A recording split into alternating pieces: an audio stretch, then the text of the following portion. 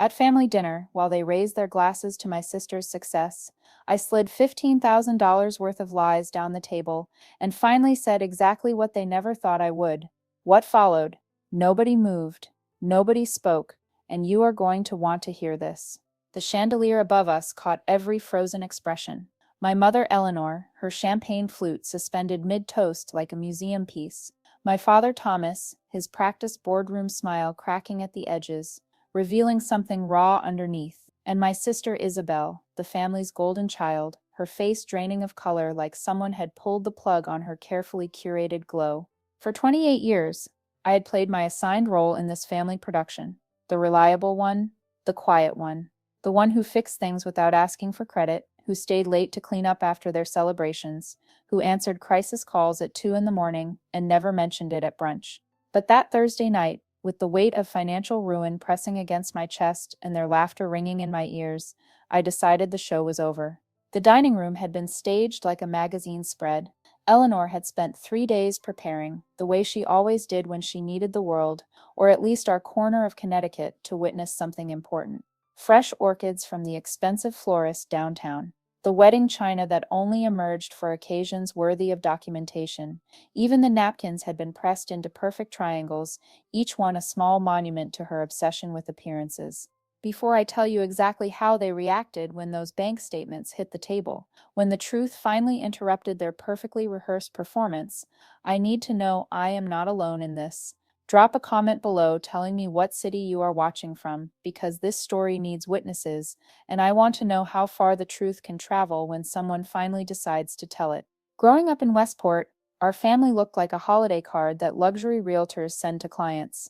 The Whitman family. 4 people arranged perfectly on the front steps of a colonial house with black shutters and a circular driveway that my mother had repaved 3 times because the color was never quite right. My mother Eleanor ran the local charity board with the precision of a military general and the smile of a pageant queen. My father Thomas managed hedge funds, the kind where minimum investments started at numbers most people only see on lottery billboards. My sister Isabel was 3 years older and infinitely more magnetic, the kind of person who could walk into a room and somehow make everyone else feel like extras in her movie. And I was Clara, the one holding the camera, adjusting the lighting, making sure everyone looked their best while remaining invisible myself. Eleanor had rules about everything. How we answered the phone, always with our full name, never just hello.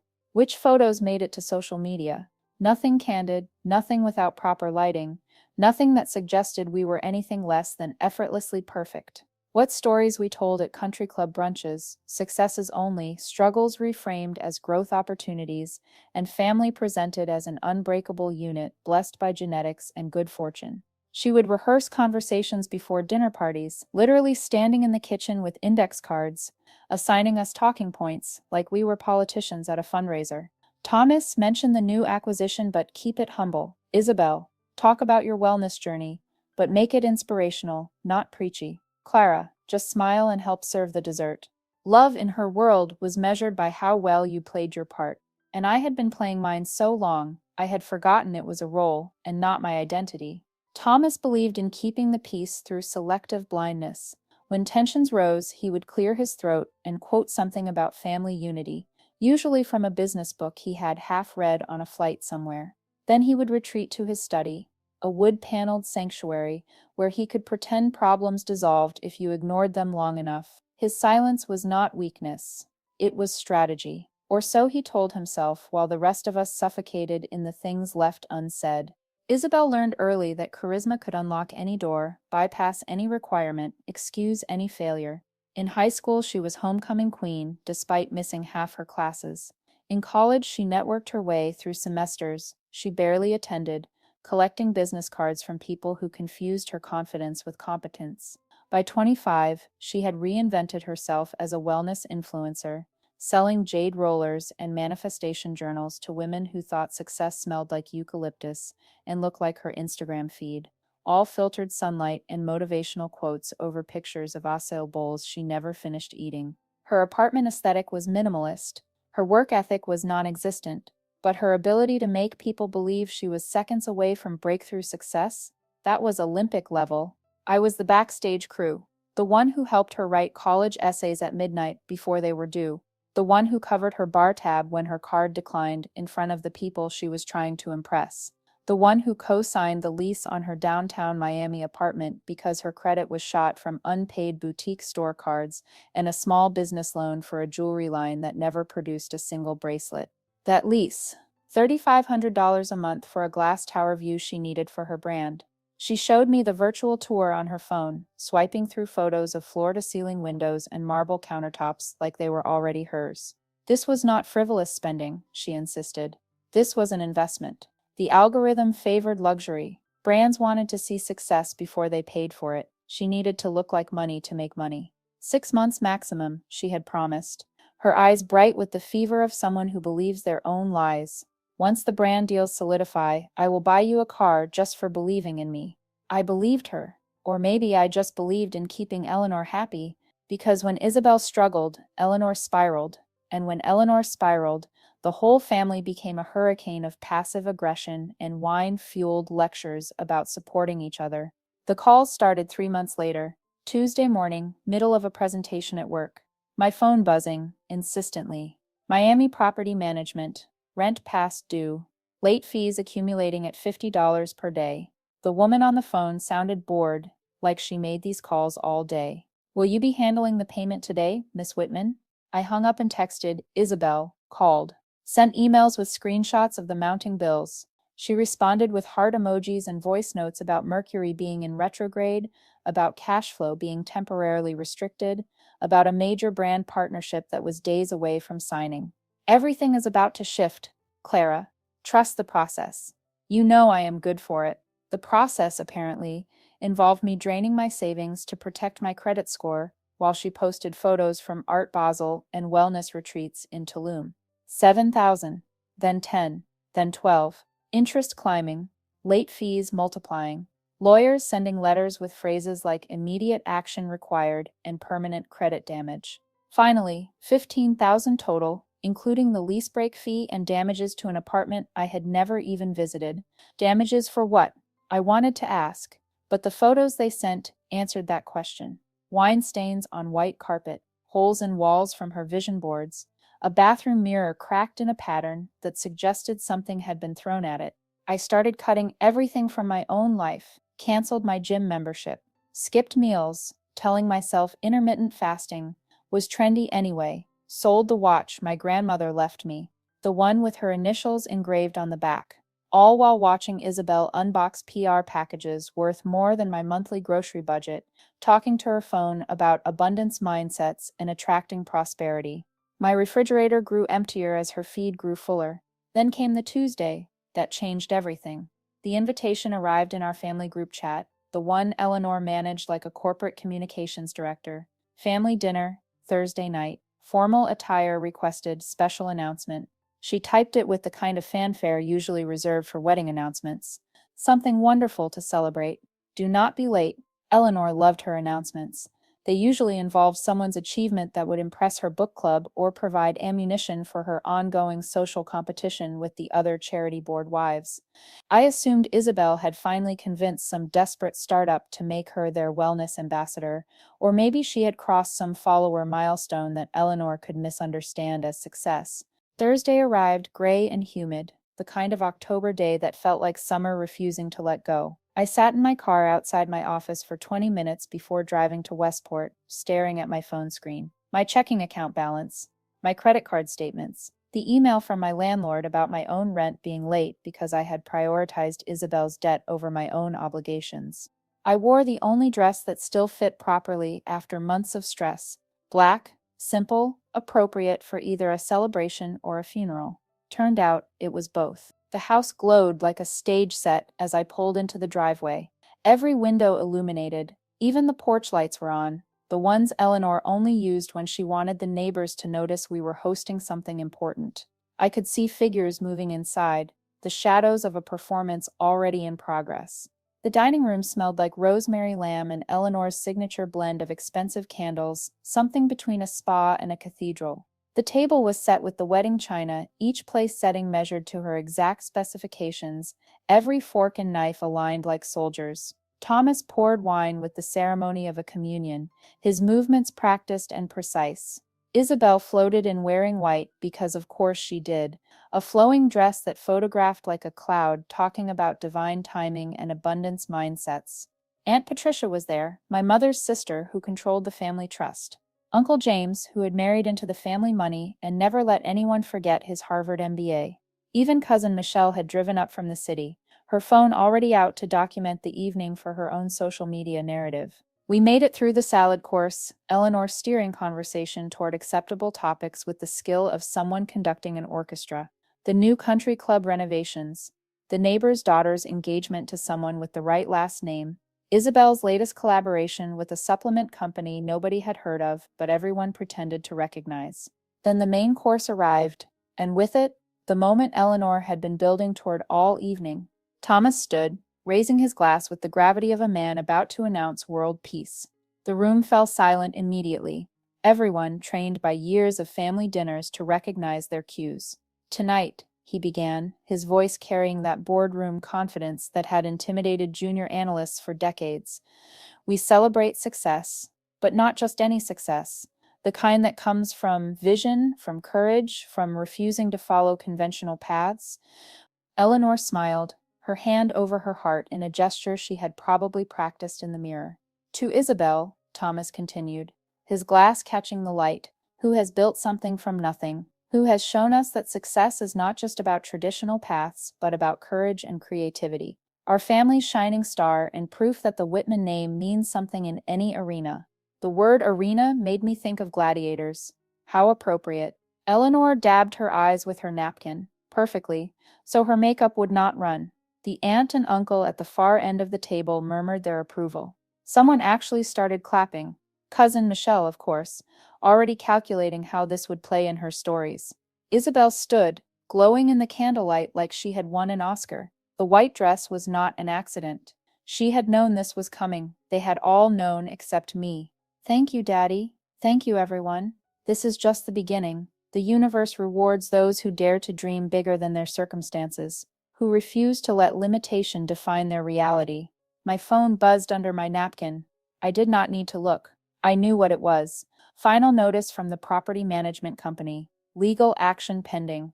The same message I had been receiving for weeks while she stood here talking about the universe's rewards.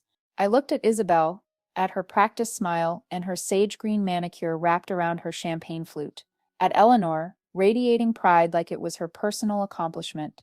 At Thomas, already satisfied that he had said the right thing, ready to retreat back into comfortable silence. Around the table, faces glowed with practiced admiration. This was not just a dinner. It was a ceremony, a ritual confirmation of the story they had all agreed to tell about themselves. My heart rate slowed to something ancient and cold, not anger exactly, something cleaner, clearer. Perfect, I said, my voice cutting through the congratulations like a blade through silk. Then she can handle the $15,000 I now owe because of her. The silence that followed was not just quiet, it was the sound of a script being shredded, of a performance grinding to a halt mid-scene. If you have ever been in a room where the truth arrives uninvited, where reality crashes a carefully curated fantasy, then you know that particular quality of silence. It has weight. It has texture. It fills your lungs like water. Eleanor's hand went to her throat, her fingers finding the pearls she always wore to important dinners. I reached into my purse and pulled out the folder I had been carrying for 2 weeks. Thick, organized, tabbed with colored sticky notes, like evidence in a court case. I placed it in the center of the table, right between the breadbasket and the flower arrangement.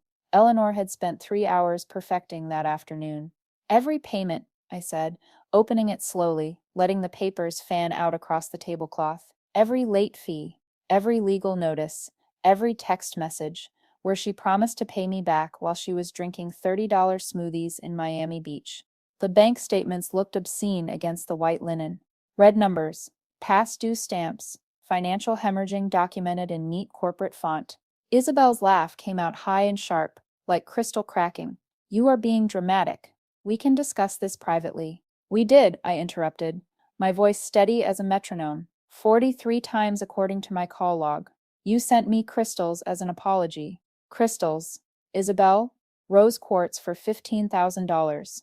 Thomas cleared his throat, already reaching for his checkbook with the efficiency of a man putting out a fire before the smoke alarms go off. Let us settle this quietly. No.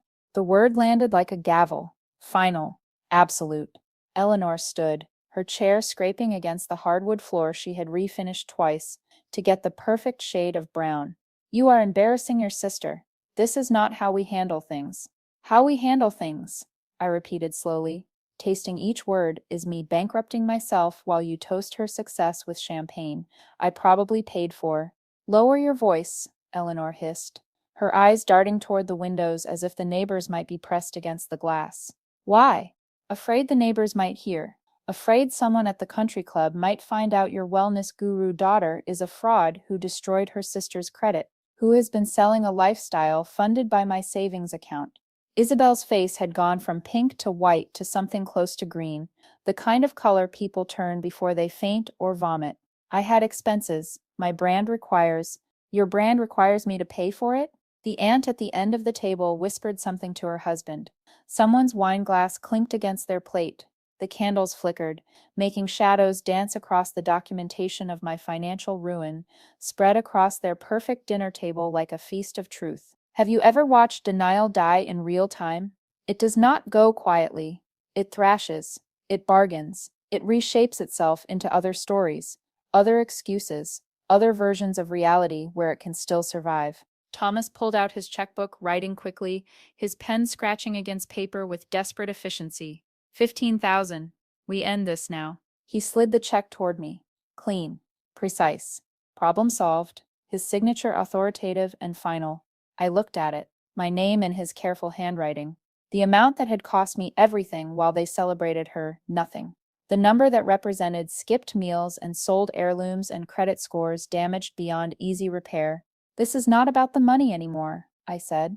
Eleanor's voice cracked, showing the first real emotion I had seen from her in years. The truth. I stood, leaving the check on the table next to the open folder, the evidence spread like tarot cards, revealing a future none of them wanted to see. She is not your shining star. She is a con artist with a ring light and a vocabulary she stole from self-help podcasts.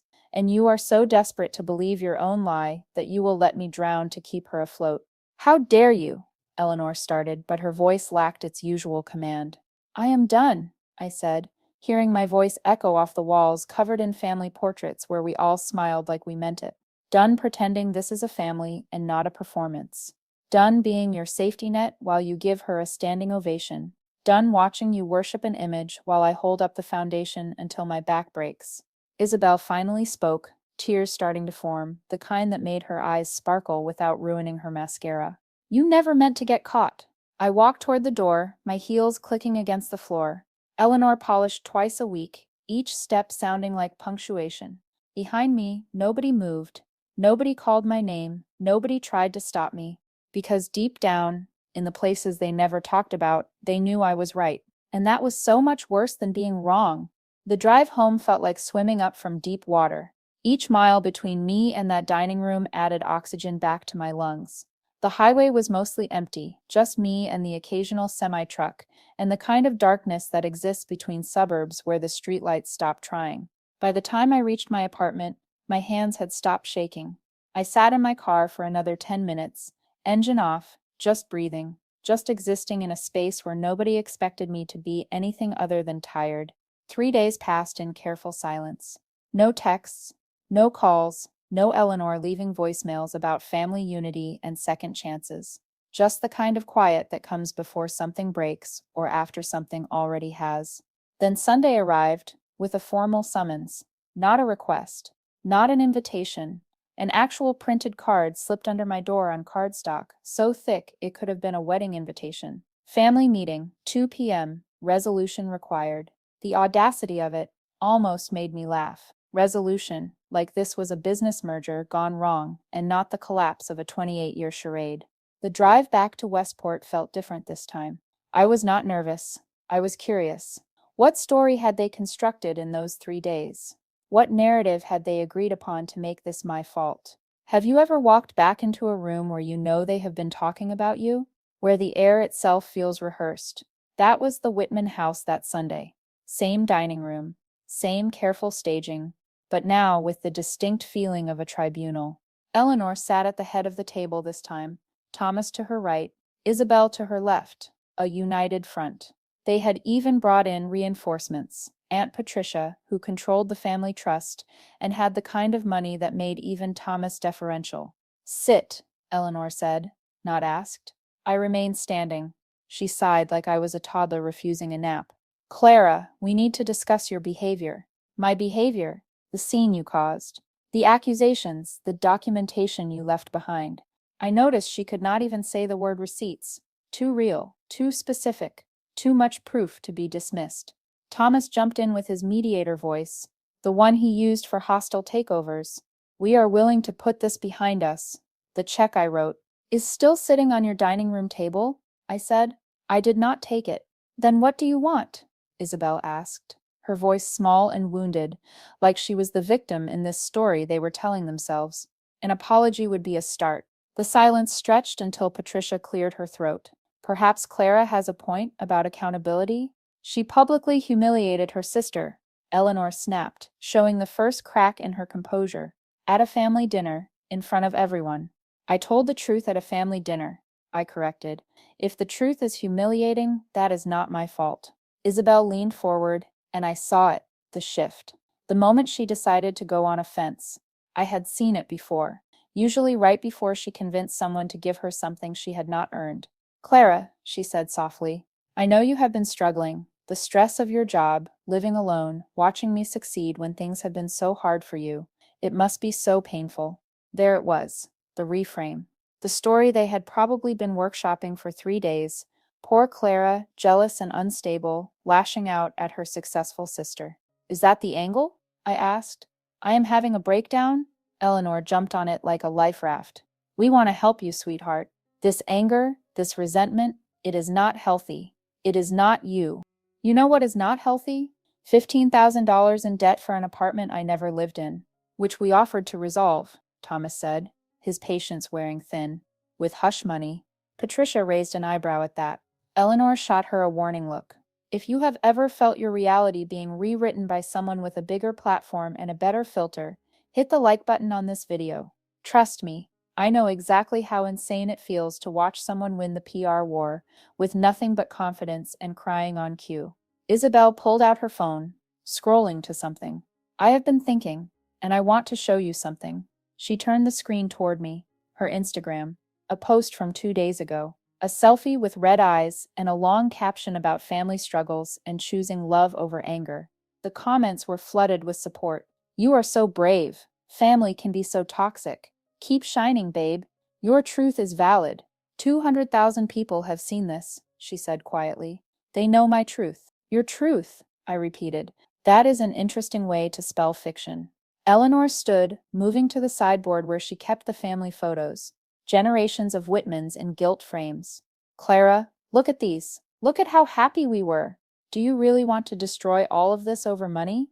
You destroyed it when you chose her performance over my reality. She is your sister, and I was her ATM. Isabel started crying then, perfect tears that did not smudge her mascara. I was going to pay you back. The brand deals just fell through. The algorithm changed. You do not understand how hard it is to maintain. Stop. My voice was flat. Done. I pulled out my phone and opened the recording app. What are you doing? Thomas asked, his lawyer instincts activated, making sure there is a record of this conversation. Since you all seem to have different versions of reality, Eleanor went pale. You cannot record us without, I can in Connecticut, one-party consent. I looked it up.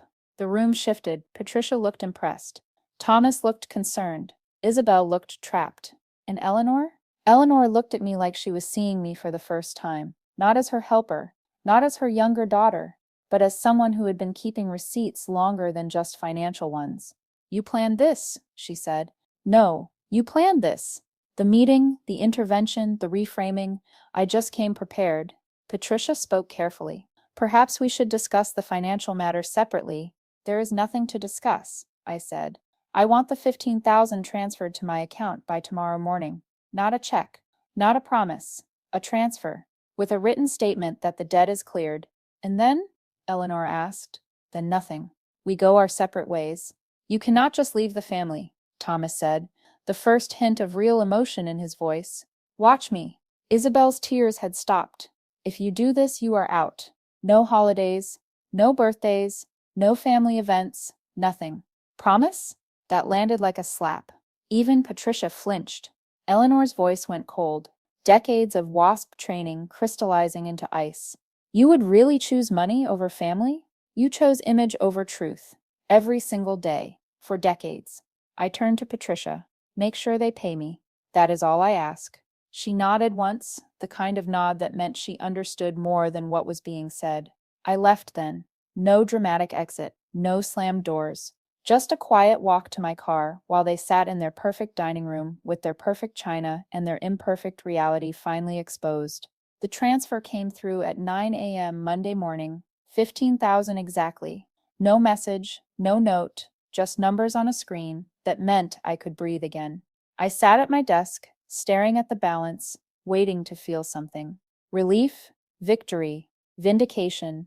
Instead, I felt empty. Not bad empty, just empty. Like a house after you have finally thrown out furniture you never liked but kept because it was inherited. But the real gift came Tuesday afternoon. A text from an unknown number. This is Leo, Isabel's ex. We need to talk. We met at a coffee shop downtown. Not a Starbucks. One of those local places with mismatched chairs and baristas who remember your name. Leo looked tired but determined, the way people look when they finally decide to tell the truth, regardless of the cost. I have something you should hear, he said, pulling out his phone. It was a voice recording. Isabel's voice, clear and confident, from 3 months ago. In the background, I could hear restaurant noise, the clink of glasses, her friend Sophia's occasional laughter. Clara will handle it. She always does. That is literally what she is for. My parents worship me, and she knows it. She will pay anything to keep Mom happy. It is honestly hilarious. 15,000? She would pay 30 if I ask right. Watch. I will text her some bullshit about Mercury retrograde and she will probably apologize for bothering me about it. The coffee shop sounds faded. All I could hear was my sister laughing about my destruction, about how easy I was to manipulate, about how pathetic my need for family approval made me. There is more, Leo said. Screenshots. Texts where she bragged about it. Where she called you. He paused. It is not kind. Send them to me. What are you going to do? I thought about it, about nuclear options and burned bridges, about the family group chat that had gone silent since Sunday, about Eleanor's charity board and Thomas's reputation, and Isabel's 200,000 followers who thought she was an inspiration. Nothing, I said. Leo looked surprised. Nothing public, I clarified. But they should know I have it. That evening I created a simple email. No threats, no drama, just the subject line, insurance, and a single attachment, the audio file. 15 seconds of my sister explaining exactly who she thought I was and what she thought I was worth. I sent it to all 3 of them. Eleanor called within minutes. I did not answer. Thomas texted, "We can discuss terms." I replied, "We already did." Isabel tried FaceTime, then Instagram, then email, then nothing. By Thursday, Isabel's Instagram had gone private. The wellness posts disappeared. The brand deals evaporated, not because I exposed her, but because she exposed herself. Without the confidence of her con, she crumbled. The algorithm, it turns out, can smell fear just as well as it can smell fake success. Eleanor sent one last message a week later. You have destroyed your sister. I replied, no. I stopped enabling her. You should try it. That was 6 months ago. I heard through Patricia that Isabel moved back home, that Eleanor had to step down from 2 charity boards due to family obligations, that Thomas had started therapy though nobody was supposed to know that. Patricia called it a reckoning. I called it inevitable. And me. I changed my number, changed my locks, changed my definition of family. Some people think I was cruel, that I should have handled it privately, quietly, with more grace, but grace is just another word for silence when the truth is inconvenient. I spent 28 years being graceful, being helpful, being the reliable one who never complained while they built their palace of perception on my back. Now I live in a smaller space, but a bigger truth. I eat dinner alone, but I taste every bite. I sleep without the weight of their expectations crushing my chest. My credit score has recovered. My savings account is growing. My phone stays silent on Sundays. No more emergency texts. No more last-minute requests. No more being the understudy in someone else's performance. And when people ask about my family, I tell them the truth. I come from storytellers. Fiction was their specialty, but I decided to write non-fiction, the kind where the hero does not save everyone, just herself. If you made it this far, you understand something about breaking free from the role they assigned you. Consider subscribing to this channel, not because I need your validation, but because sometimes we need reminders that choosing yourself is not selfish. It is necessary. It is the only way to stop being a supporting character in your own life.